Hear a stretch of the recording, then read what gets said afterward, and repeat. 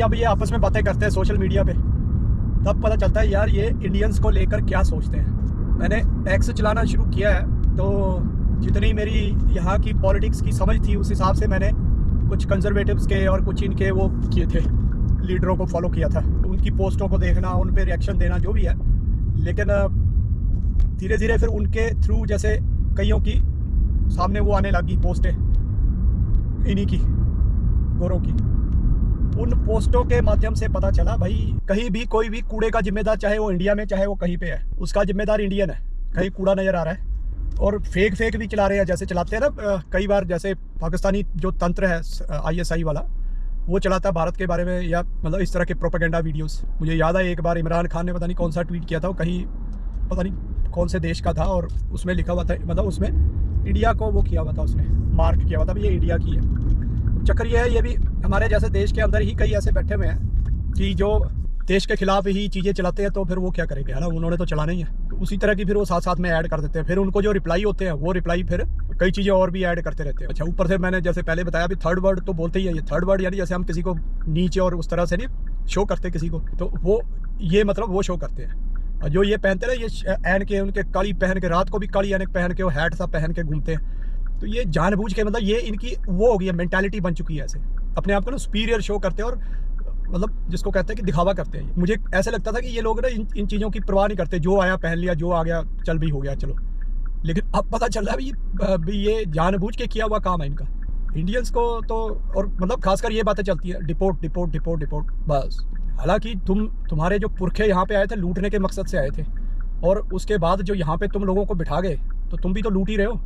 जो यहाँ के नेटिव है, जो यहाँ के ओरिजिनल निवासी है, तो उनकी ज़मीनों पे तुमने कब्जे करे हुए। उनकी ज़मीनों पे कब्जे करने के बाद फिर तुम यहाँ पे मतलब जो है दूसरों के ऊपर दादागिरी दिखा रहे हो, दूसरों को तुम बोले डिपोर्ट करो। जितना तुम इस देश को, खासकर दूसरों को मारोगे, ठीक है, जो क्रिमिनल है उसको बोलो तुम, देखो इंडियंस ऐसे करेंगे, इंडियंस पर्टिकुलरली पोस्टों पे ऐसे लिखते हैं ये लोग। फेस्टिवल है कोई, इवन चाहे कोई धार्मिक फेस्टिवल भी है, उसको अगर सेलिब्रेट कर रहे हैं तो उसको मतलब इस हीन भावना से देखते हैं, और साथ में बोलेंगे भी डिस्गस्टिंग टाइप, इस तरह का कमेंट करेंगे। अब क्या बोलेंगे दोस्तों, अब है ना।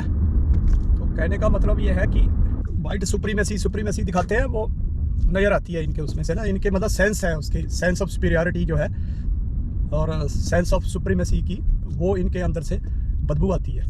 खाने के तरीके पे इनको हमारे वो होता है कि खाने के तरीके इनके वो है अनहाइजीनिक है। जैसे हमारे मतलब जो खाना बिकता है, स्ट्रीट फूड बिकता है, रेडियो पे गोलगप्पे या जो भी है, टिक्कियाँ या कुछ भी खाना बिकता है, पूड़ी छोले भटूरे, हाथ से डाल के देते हैं, तो इनको ये उसको डिस्गस्टिंग, और बोलेंगे क्या देख लो अनहाइजीनिक, हाथ भी नहीं धोते होंगे। ऐसे भाई हाथ भी नहीं धोते होंगे, मतलब तुम्हारे क्या जो पिज़्ज़ा बनता है वो, अब क्या बोले इनको यार, वो क्या पैरों से बनता है या मुंह से बनता है, वो भी हाथों से ही बनता है, हाथ भी नहीं धोते हुए। मतलब इतनी गलत चीज़ें लगती है ना ये। लेकिन हम लोग हैं कि वहाँ से ना, इंडिया से, इनको कोई जवाब दे दो, भारत को बोल दो कि हमारा देश तो ऐसा नहीं है, अच्छा है, बढ़िया है, तुम लोग लुटेरे हो, तो बोलेंगे हाँ तभी तुम भाग भाग के आ रहे हो वहाँ से इतने अच्छे देश को छोड़ के।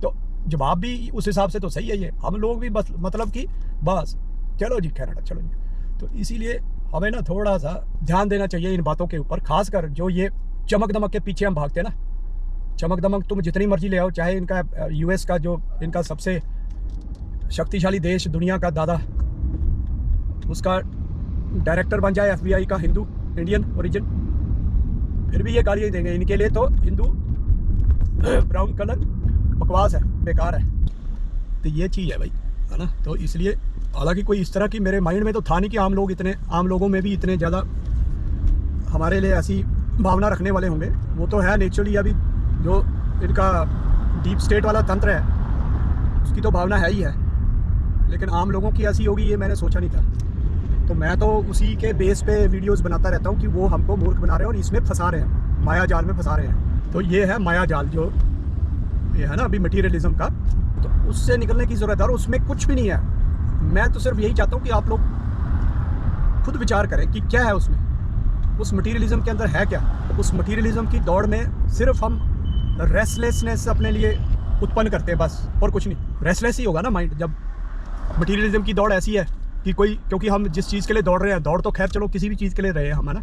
तो जब हम उसके लिए दौड़ते हैं तो तब हमें अगर उस चीज़ को हासिल नहीं कर पाते तो फिर रेस्टलेसनेस हो जाती है इंसान को ना, वो तो किसी भी दौड़ में है। लेकिन ये दौड़ क्योंकि हमारे उद्देश्य ही जीवन का बन चुका है भी यार इस दौड़ में पार्टिसिपेट करके कुछ हासिल करना है, पता नहीं क्या हासिल करना है वो किसी ने भी नहीं देखा। उस चक्कर में हम जब जीवन का उद्देश्य है तो भाई डेली हम उस चीज़ से जूझते हैं, और डेली उस चीज़ से जूझते हैं तो फिर डेली फ्रस्ट्रेशंस होती है। तो ये है चक्कर, इसलिए हमें इस दौड़ से अलग करना पड़ेगा। और जो मैं बात करता रहता हूँ कि हर चीज़ रिलेटिविटी है, पूरी दुनिया की जो इकोनॉमी है वो रिलेटिविटी ही है। हम इनको इन चीज़ों की ना एंजॉय करने के लिए हम इनको वो कर रहे हैं, प्रोवाइड करा रहे हैं हर चीज़, रिसोर्सेज। अगर नेगेटिव वर्ड बोले तो अय्याशी होगी, ऐशो आराम उर्दू का शब्द हो गया, हिंदी में क्या बोलेंगे इसको, ये हम इनको अवेलेबल करा रहे हैं। कैसे? अगर हमारी इकोनॉमी 60 गुना कम या यूएस के हिसाब से 80-85 गुना कम ना हो, इकोनॉमी मतलब मनी की वैल्यू, तो कौन आएगा यहाँ?